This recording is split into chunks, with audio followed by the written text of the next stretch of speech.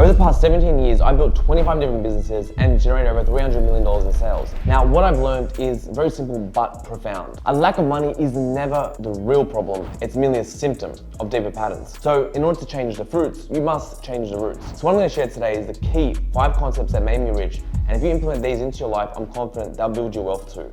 First one is your money blueprint is holding you back. Now, one of the biggest limiting beliefs that people have around money is their money blueprint. They pick this up from their parents, which creates this like invisible barrier to wealth. We unconsciously install the belief patterns or systems from our parents, and then they run our lives. And it shows up in multiple ways, like direct modeling. You know, if our parents consistently said that we can't afford something, then we automatically assume that scarcity. If we watch our parents fight about money, and it can create certain anxiety around financial decisions. You know, it could be the parents' spending habits or saving habits. They become our unconscious normal patterns. There might be deep-rooted beliefs like rich people are greedy, unethical, and bad people. This then creates like internal resistance to wealth. Then you keep self-sabotaging yourself so you're not wealthy. It could be concepts like money doesn't grow on trees, which is reinforcing scarcity mindsets and emotional patterns. It could be also parents use money as control, so then you might sabotage your success to maintain independence. Another aspect could be your parents equated money with love, so you could develop unhealthy financial relationships and identity conflicts. So the way you solve this is by first bringing awareness and a spotlight to these belief systems, and then questioning whether these are actually serving you or not. Now here's a real life example. Once I watched a friend who was making $1 million a month in profit reject a taxi for $30 that was charging $30 extra because his parents were so frugal and their mindset transcended to his, and he didn't even realize it was controlling him, even at his level of success. But here's also the caveat to it, that if you rebel against your parents, then you might attract the opposite of their belief systems. Take mine for example. My dad was always very stringent with his money, very frugal. He was consistently telling me how much he was spending, how much he was spending on me. He once gave me an example of when I took out his car and I borrowed his car for a day. Not only did I cost him the petrol, but I also cost him the 10 cents of wear and tear per kilometer that I drove the car. And he was also always risk adverse. Didn't want to take any risk. He had multiple opportunities to invest in businesses that his friends did, they never did. He had multiple opportunities to invest into property, which could have made millions of dollars, which he never did. So then growing up, because my relationship wasn't great with my dad, I conducted the complete opposite belief systems. I started my first business at the age of 17. I was very risk adverse. I never looked at where I was spending my money.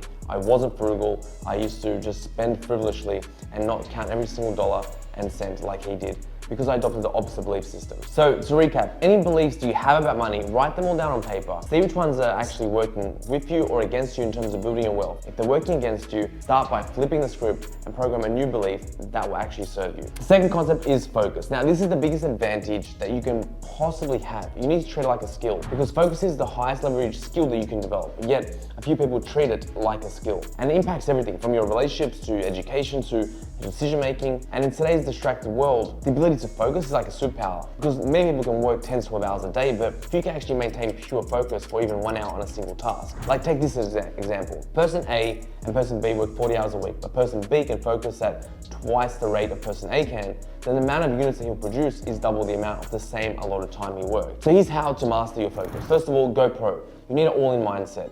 Treat focus like a professional skill. Practice single tasking in all aspects of your life, because your mind has this behavioral filter, and how you do one thing is how you do everything. So you need to embrace boredom. Avoid constant stimulation. The second thing you need to do is optimize your diet for energy. Choose foods in terms of energy. Your meat, fruit, honey, root vegetables. And you want to avoid high carb meals before midday. By following a bioenergetic approach, which I do to nutrition, it definitely 10x my focus. The next thing you want to do is develop awareness and track internal and external distractions. Because internal is the thoughts that might distract you, like what am I going to eat for lunch later, or what am I going to do later tonight. Then you have the external distractions, like it might be your phone, it might be people walking into your room or in your environment, could be notifications, etc. So what helped was to maintain a distraction log next to your desk while working. Do regular check-ins to track your focus, like what am I getting distracted from, what I'm not. And also track how many daily minutes you're actually spending in deep focus on one task. This will help you see your progress. Another thing to do is practice meditation. Now I never used to meditate because I looked at it through the lens of reducing stress, which I didn't think I had enough stress to try and reduce. But for building focus, it's a different thing. Now I look at it as a resistance training tool for building focus. So now I see value in it. So start with 5 minutes a day and build up to 20 minutes daily. And the last thing you do is optimize your environment. Create a dedicated clutter-free workspace, maintain a clean digital environment, no distractions or app blockers and stuff like that on your computer and your laptop. And then you want to align your tasks with your energy levels throughout the day.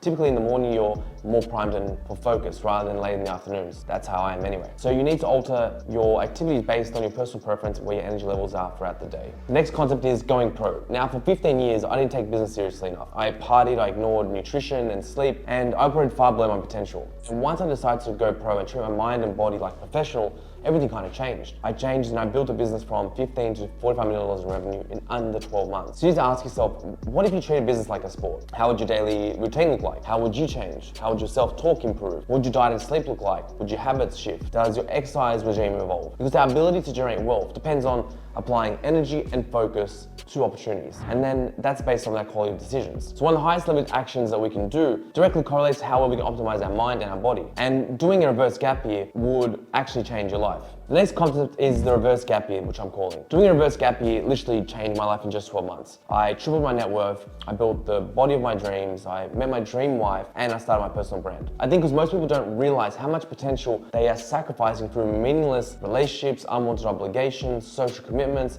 just to be nice. We mistake partying and drinking and junk food for living, while we're never actually really experiencing the full fulfillment of that constant optimization and personal growth. So that's why I recommend everyone to take a reverse gap year for 1 year. You say no to everything for 1 year, the parties, the junk food, the Netflix, and focus entirely on one goal. This reverse gap year will reveal to yourself your optimal self, your best version of yourself, your 10.0 self, showing you what you're truly capable of. You'll achieve more in this 1 year than 5 normal years. Then afterwards you can decide, was the distractions worth sacrificing for your potential for? And did you actually truly enjoy it? Or did you simply just not know better? Now the last concept is that you are the creator of your reality. Now this principle is simple but the most powerful one. Every moment of your life, your thoughts, your emotions, your actions creates specific outcomes, whether you're conscious of it or not. Your current financial situation is a result of your past thoughts, emotions, and actions. Your mind is a continuous cycle where you receive information from the outside world. You then interpret it and form a belief.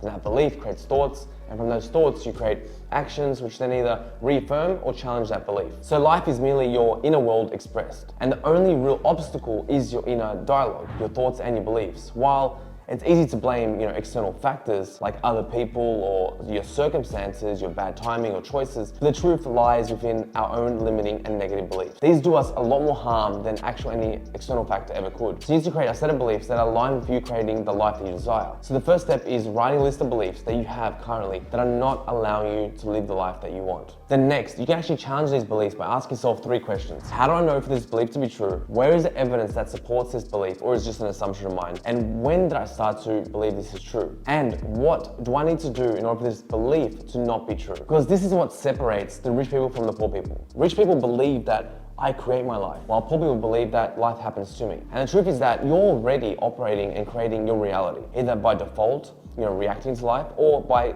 actual design, by consciously choosing your responses. So the goal is to shift from default creation mode to intentional creation mode. By consciously crafting the life that you desire, the goal is to be conscious of your unconscious thoughts. Be aware of the beliefs that you have so then you can reprogram ones for success. Now I hope this video helped. Now if you want to learn the 44 harsh truths that I wish I knew in my 20s that made me rich faster, click the link below.